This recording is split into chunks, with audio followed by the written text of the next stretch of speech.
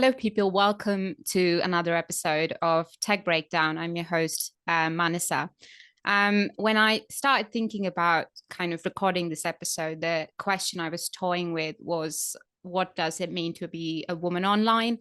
And I guess for most of us, when we think about our experience as a woman on the internet or women in the digital age, we kind of think about a platform level, in terms of doing things or having things done to us, right? The way we interact on these platforms, the things we say, we don't say, how others react to us, kind of engage with us. And so when we think of our experience, we kind of think of our interactions in the social media ecosystem.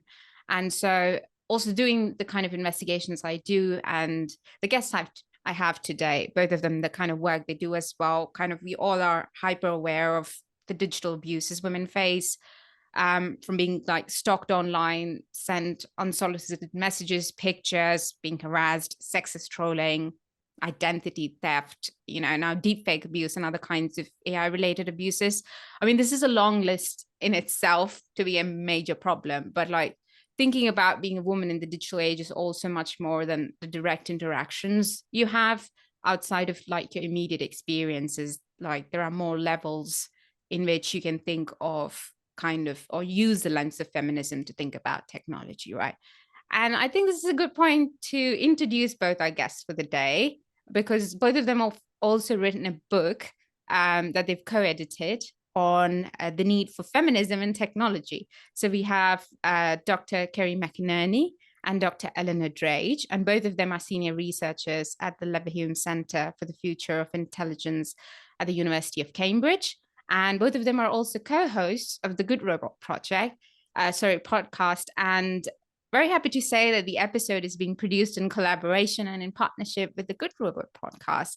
And welcome, both of you. Kerry basically researches AI from the perspective of gender studies, critical race theory, and Asian diaspora studies. And Eleanor also studies it from kind of a feminist and anti-racist perspective. And apart from the books they've written and the podcast, obviously, and they do a lot of other cool things, writing for academic journals, of course, but also collaborating with media outlets. And Kerry has a project with the BBC, I think, where she kind of translates AI, technical, nerdy stuff into fun ways for people to understand.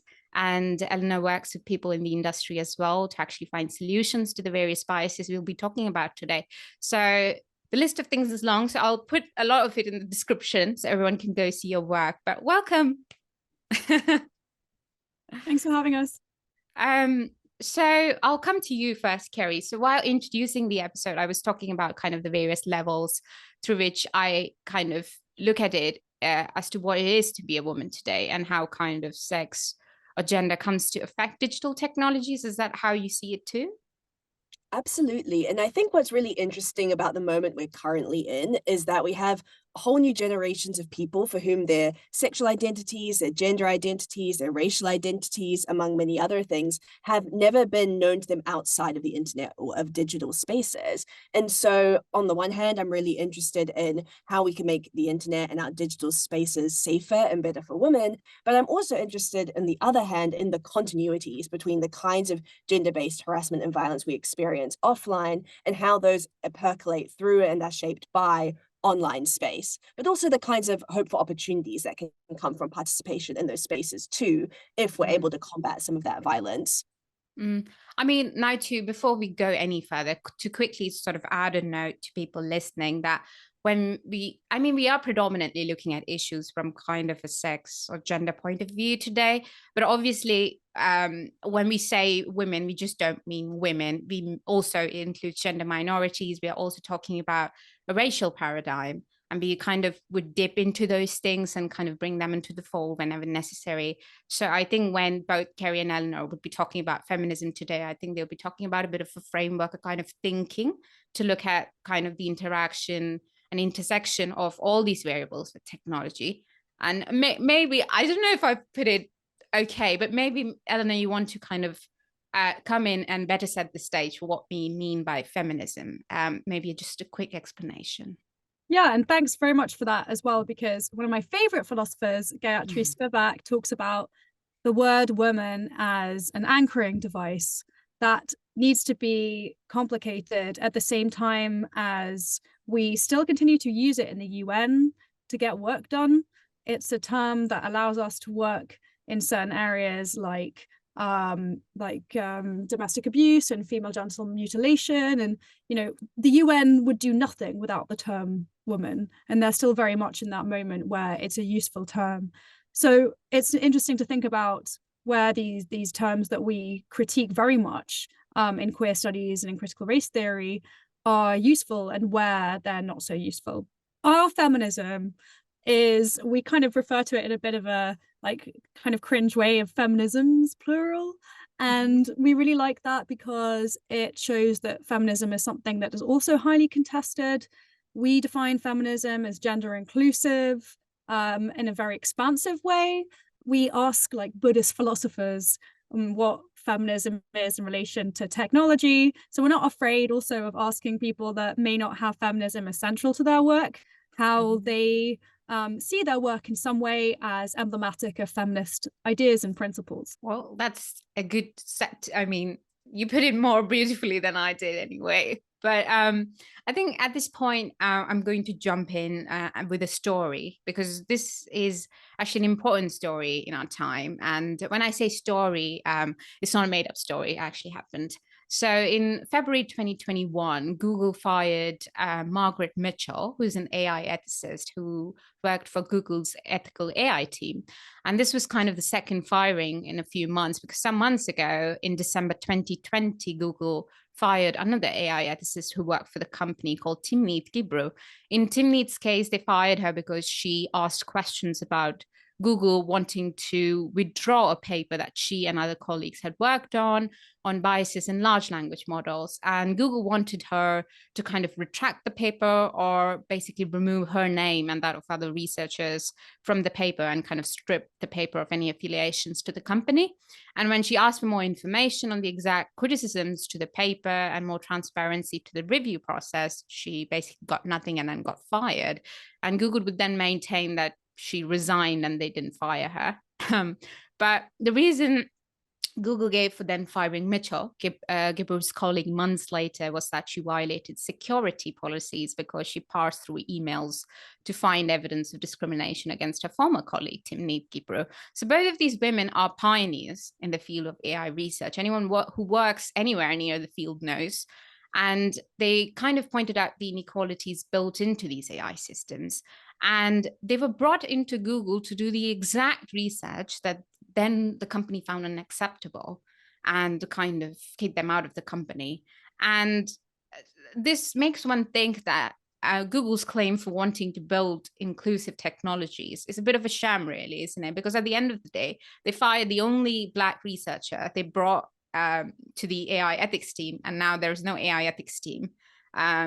Right. Yes, I mean, I think what's particularly illuminating about this story is it shows what kinds of corporate and institutional cultures meaningfully allow for dissent. And a dissent is so crucial to ethics work. This process of friction, of being able to push back against certain kinds of technological processes and particular kinds of technological products is essential if we want to build just and better and more inclusive technologies. And so often the easiest stage is the publicly facing bringing on of high profile, very successful researchers like Margaret Mitchell, like Timnit Gebru, to start your ethics of AI process. What's much harder is to actually be willing to accept those criticisms, to think about the kinds of process changes that would be required based on their recommendations.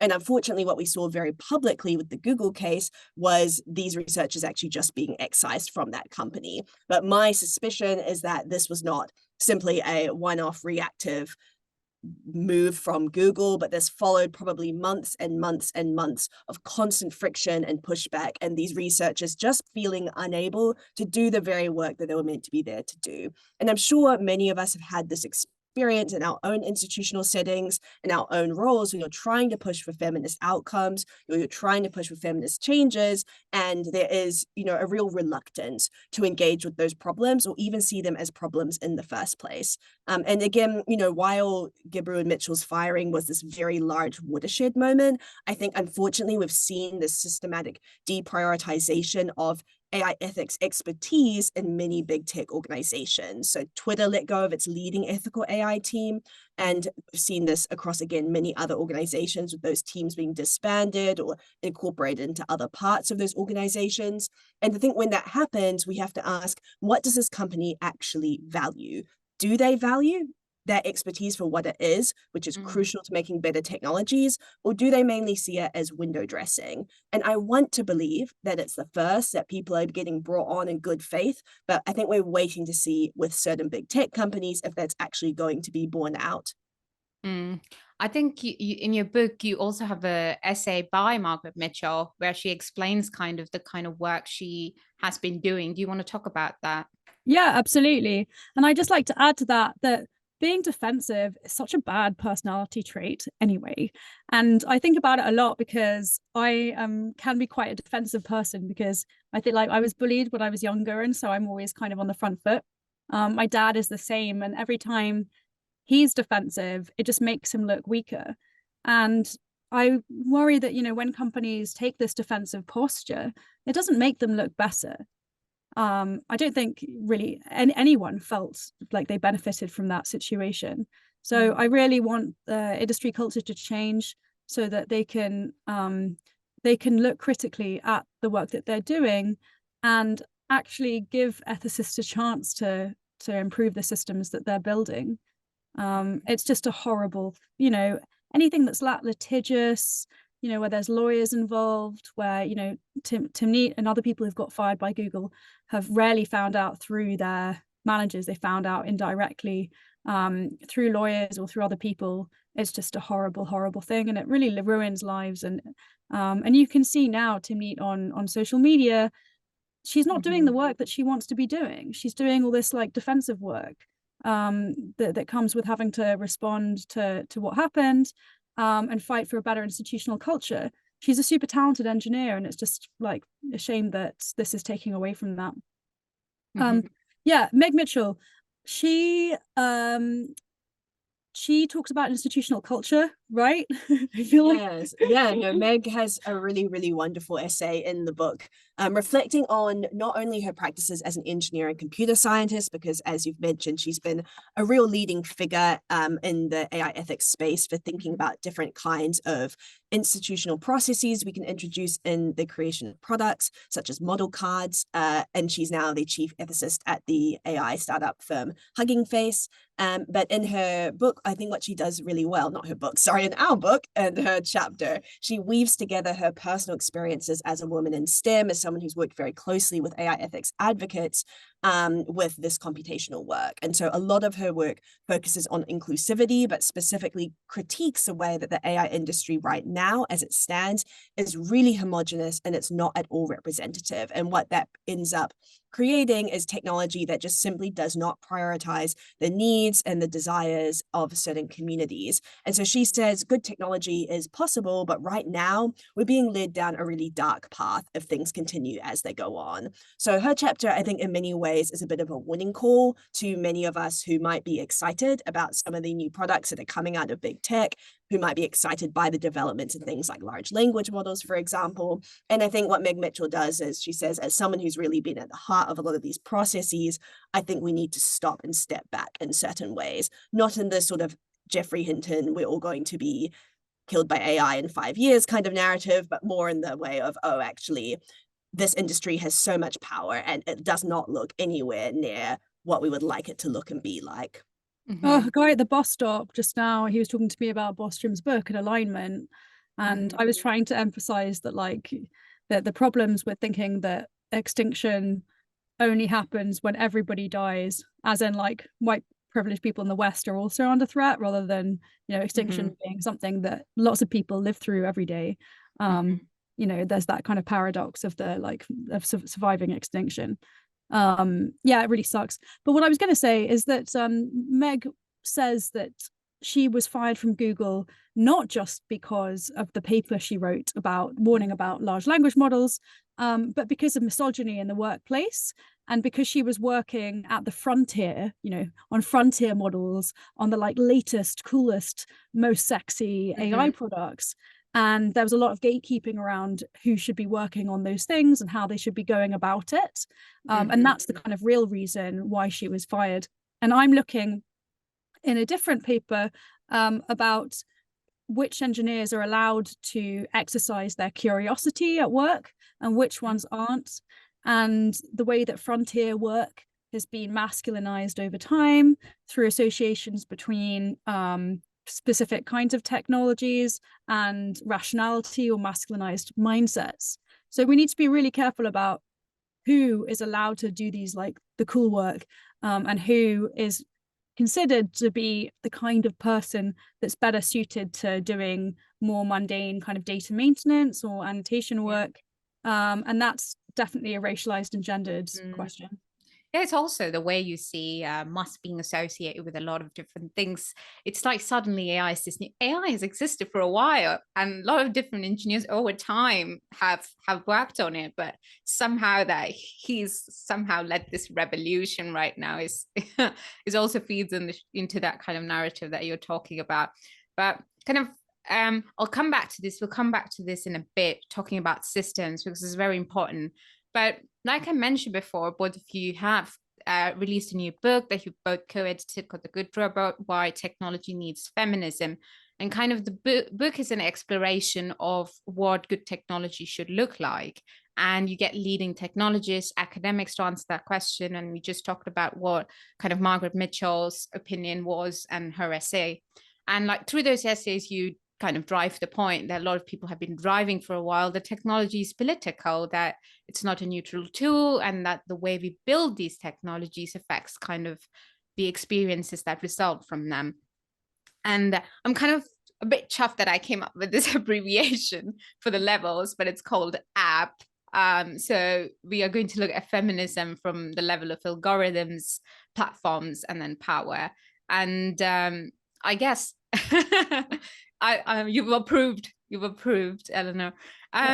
From, I guess, the point of view, we are reinforcing the point that whatever we come to experience as women online or otherwise today in kind of a technologically mediated world is not a one-off, like you said, Kerry, and that the misogyny we see on these platforms is a factor of the misogyny that gets built into the technology at kind of a structural level.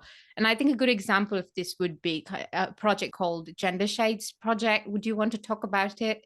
Yes. So women of color are underrepresented in the kinds of data sets that are used for facial recognition.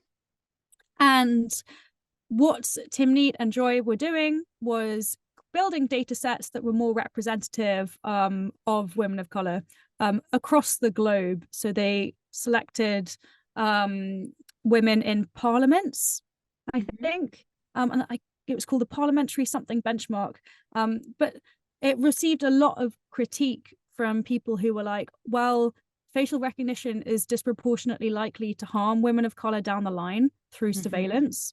So what you're doing is making surveillance better at surveillance.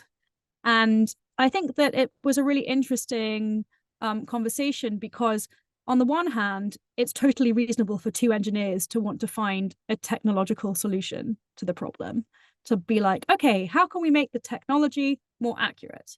That makes total sense. And it does have, there are lots of really positive reasons why it's better to be included. So one of the technologies that I looked at last year was a photo checker that Her Majesty's Passport Office in the UK used, so that when you updated your passport, rather than having to go to, where was it that we used to go to have a passport photo taken? Like a little photo booth, but also a shop like Kodak. Yeah, recently I did go because I needed a photo for a visa, and I went to one of these small booths in the tube station.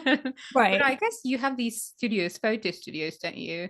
Yeah, we used to. I think that they've kind of been eradicated over time. My mum has like the most glamorous passport photo, and she like went and got it No, done. that's impossible. I No, really tried this time and still it was so bad. I was like, there's no point trying. yeah, my current one is awful because I actually got an emergency passport, and so it's like me crying in the passport office, like trying to get a new one. But anyway, so now you can upload a picture of yourself onto the website, and it uses a recognition technology to make sure that what it's looking at is a face and not a fish, for example.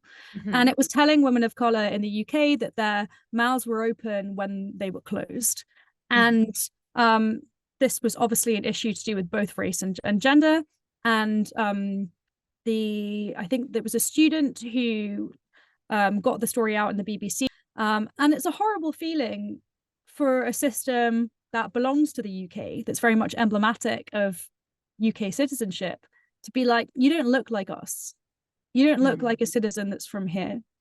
And I spoke to actually some engineers who were working at the company that HMRC used to build this photo checker. And they were like, there wasn't enough representation in the data set. We didn't do enough checks, but the government just said it was good enough. That we hear a lot. So there's one reason, that's a great reason to be included in a data set, but also we need to think about these longer term issues. So I think these projects need to be done together rather than like fighting between feminist perspectives on what constitutes inclusion or representation, and look at these problems from different temporalities. So short term, what do we need? Long term, what should we be aiming for? I mean, this point, the other example I can think of right now is also these, we'll come to, when we talk in the next segment about platforms, we'll come to right now deepfakes. But the other thing kind of I've noticed that even with these kind of apps that I use to build deepfakes, like there are all these apps now on the App Store that help you create nude images. And Help you it build just shocked. what Sorry? nude images? So basically you upload a picture on the app and it will give you a nude image of the person. So you put a fully clothed image of a person and it will give you a nude image basically. And it does it very quickly. But the sexism is so built in most of these apps, is that if you put a picture of a male on the app, it would not give you a nude AI, but it will for a female. Because the data sets they've actually trained these apps on is all on pictures of women they found online, which is mostly pictures of this kind online are all of women. So there is misogyny built into the app that even if someone tried to create a nude image of a man, it wouldn't actually give you the results.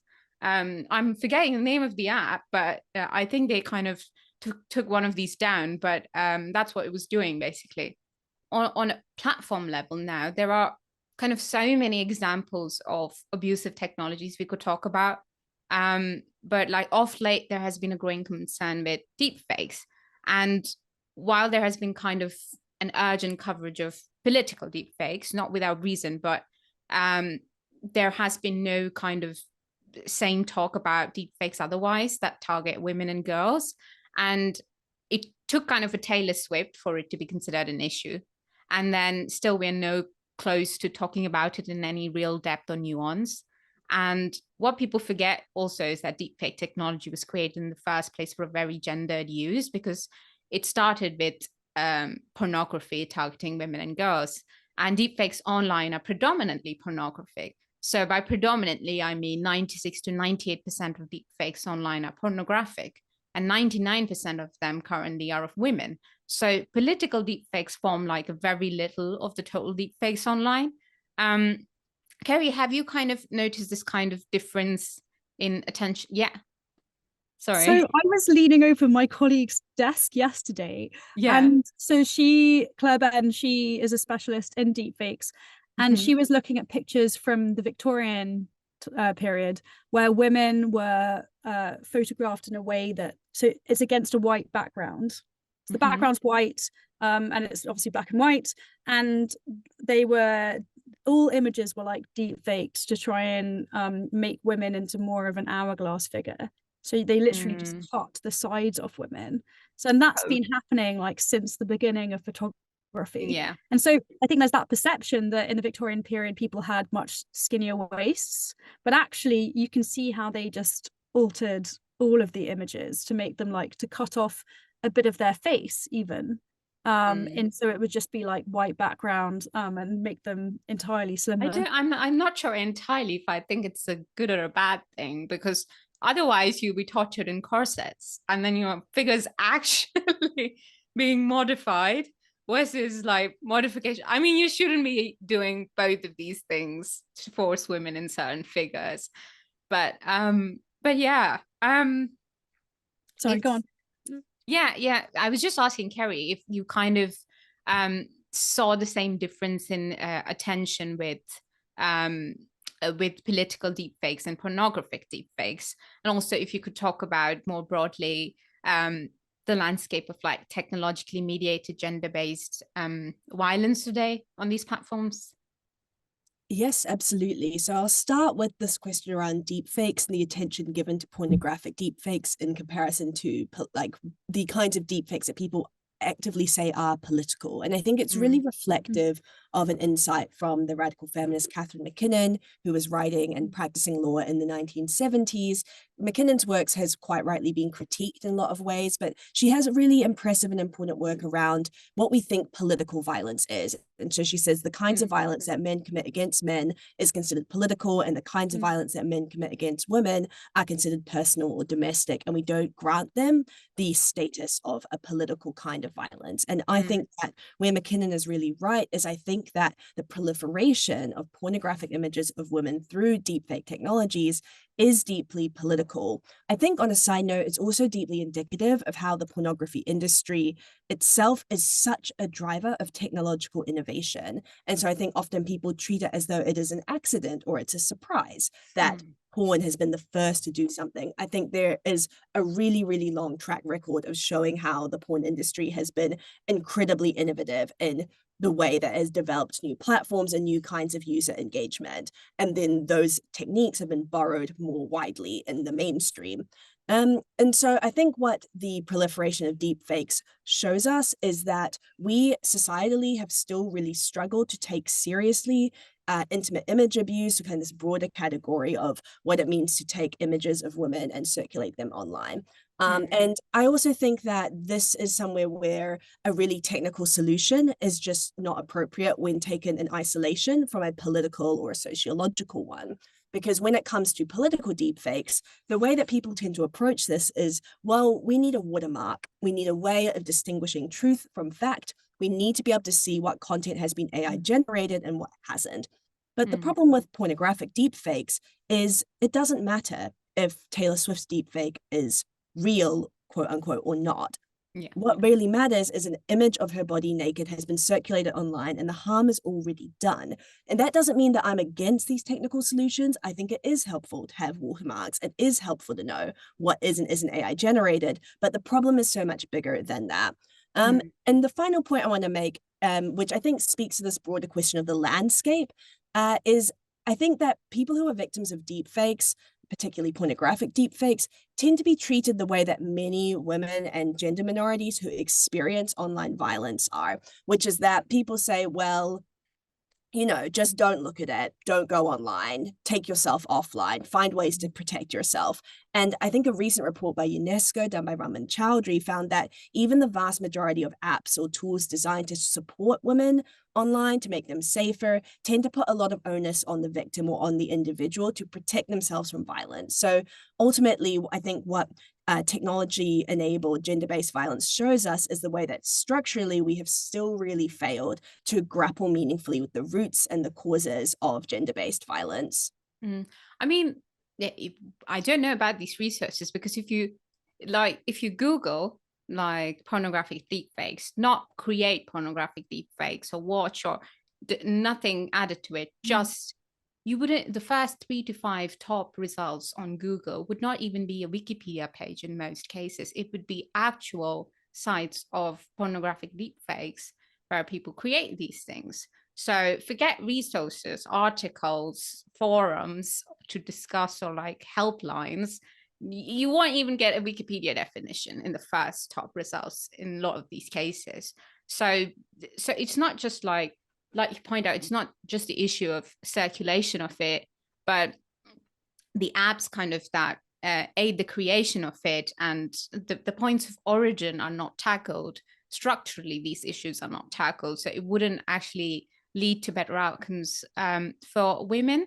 I mean, even beyond these kind of apps, with something like AI's use in policing, we've seen kind of similar structural issues with misogyny, right? When we talk of predictive policing. Kerry, do you want to talk about that?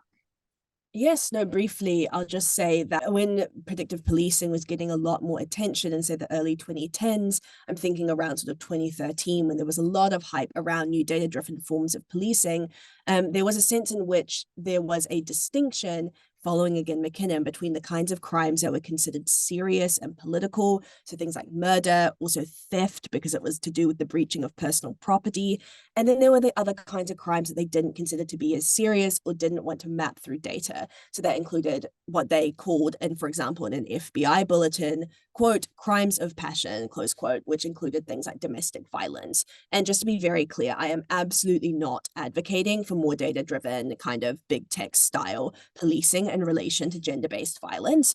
I just want to point out that even in this moment of identifying the kinds of crimes they don't talk about or that they don't want to map and identify, they're replicating these really deep and harmful gender-based stereotypes around the seriousness of kinds of violence, why people commit domestic violence. Again, the crimes of passion framing is really, really unhelpful because it suggests that it is about emotional outbursts or a lack of control, when a lot of domestic violence happens under these circumstances of coercion, very much being about controlling another partner. Also, passion is like a good thing, you know, like to be a passionate person is supposed to be something that's good. So it makes it seem sort of romantic and sexy when actually it's totally not. And it was used as a legal defense for a very, very long time to protect abusers and to protect people who attacked women in particular.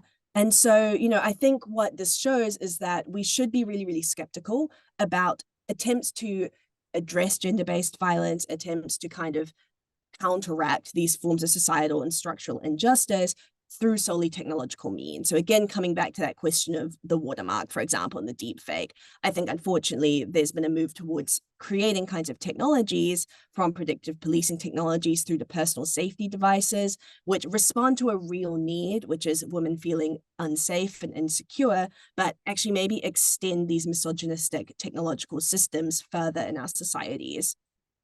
I think that's kind of, you've just led us beautifully into the kind of systems and power segment, where I mean, we've talked about kind of a level where the building blocks, the data, the algorithms that drive are problematic, right? Or the data that's used, or kind of the data sets that are used, that are fed into these systems, are biased. And so that leads to a level of problems where as women, when we use these platforms, or the way people come to represent us on these platforms is misogynistic. And then now all of this also leads to a larger level, which is on a more structural systems level, where this is linked to power, really. Because when you look at kind of the gender gaps in tech sector itself, it tells you a lot, because the power dynamics in the tech sector, in these workplaces, kind of, it's not just a reflection of the misogyny that's there, but also, like you're saying, the misogyny in the workplace is an active driver of further misogyny through the technologies that come to be built. Because without like researchers like Timnit Gebru, who come to experience the discrimination in real life, or know the history in a certain way, have a certain context to it, people wouldn't even think about inquiring these technologies for certain biases, right? And so the technologies that come to be built are biased, and then in a space that's kind of devoid of any diverse life experiences, views, and then these get fed into various sectors like job hiring, policing, that lead to discriminatory outcomes, like you've mentioned in various instances. Like we started talking about the workplace when we were talking about Timnit and Mitchell's firing, right? And both of you did also study this when you looked at technologies that were used in HR companies with claims to de-bias hiring. And you kind of point out that these AI systems are no magic tools, and that they are based on a very flawed understanding of race and sex as variables. Do you want to talk about why you say that, and why you think they don't address systemic issues of racism and sexism in the workplace? So the lack of diversity in the workforce, big problem, big headache for HR, requires lots of difficult work like child support, making sure that the culture of the organization is a positive, friendly, and inclusive one that promotes the voices of lots of different kinds of people, that we break the barrier to the C-suite, all these things, very slow, incremental, difficult issues. And then comes along AI. It's like, we will fix this problem for you by making your workforce magically more diverse. And everyone thinks, yay, I'll just throw £1 million at this, which actually is what some of these systems cost in big organizations. They're really expensive, diverting money from places where it could go to do lots of good in an organization, like the childcare initiatives, or like assessment centers, where the people who are doing the assessing are representative of the people they want to hire. Stuff that we know works. Anyway, one of the tools that claims to be the silver bullet to solving diversity in the workplace are hiring tools that look at the candidate when they're speaking in an interview, in a video interview, and decide, based on what they're saying and how they're moving, what their personality is. These tools often use the big five psychological schema, and personality traits apparently include extroversion, neuroticism, openness, agreeableness. Personality assessments are complicated anyway, because I never know what my personality is. Sometimes I'm extroverted, sometimes much less so, and I don't even know when those bits of me will appear and go back in. So there's this feeling that AI is a lie detector test that knows your personality better than you do. I mean, is nonsense anyway. So I, with some second-year computer scientists at Cambridge, replicated one of these tools, and we showed that actually if you change the brightness, saturation, and contrast of your image, then that changes your personality score. So A, these products don't work. B, they're really offensive because they're trying to strip people's race and gender away from them, which is impossible. We can never be neutral data points. Our personality and the way we express ourselves and how we move very much reflects our, the contexts within which we grew up and in our education. So they're not free from race and gender and disability in the first place. And instead, candidates want to be loved, looked at generously by their employers. They want employers that are not trying to close their eyes, but actually really enjoy and appreciate them for who they are. I mean, even the idea that you can, like you're saying, you can strip a person suddenly of their race and gender, but I mean, those variables have come to shape their life experiences so much so far, right? Which show, so I mean, it's a bit of it's a bit of a difficult thing, right? To kind of say that now the way to not have racism is to completely ignore that race is something that comes to affect your life, really, isn't it? Yeah, and I think this is something, unfortunately, we've seen a lot of organizations try to do, which is to say, okay, well, the way to address racism or sexism in the workforce is to try to talk about it as little as possible. And I think for some people, this is what they want. They just want to put their head down and do the work, and then they want to leave their workspace, and they don't want to be very present in that space. That's okay. That's its own kind of survival strategy. For other people, they actually really want to be able to bring themselves in their fullness to a workplace. And so the way I like to think about this is, rather than saying, how do we try to strip people back to the most minimal set of characteristics in the hope that we can bring them into an organization, whether or not that organization is going to actually welcome them once they're in there, and whether or not they're going to be retained, because this is a huge thing that these tools don't address, which is one of the massive issues in, say, the tech industry, is the dropout of women, for example, in this industry. And instead say, okay, well, actually, how can we use technology, if we have to use it in some way, to augment and amplify existing processes related to diversity and equity and inclusion that we know work. So this might be things like mapping diversity statistics across an organization. It might be things like using AI or different kinds of tools to audit decision-making processes, seeing who is getting hired, who is getting fired, who's getting pay rises, who's getting promoted, who's not. And again, so it's kind of using data for activist purposes rather than trying to datafy people in order to bring about a kind of mirage of equality, because we know that that doesn't work. Yeah, I think it comes back to the defensive thing we were talking about. Like, dissent is something that is natural and needs to be allowed for in an organization. Like, there needs to be political dissent. There needs to be conversations around things that, you know, people find uncomfortable. And I think institutions need to create an environment within which dissent and discomfort are managed well.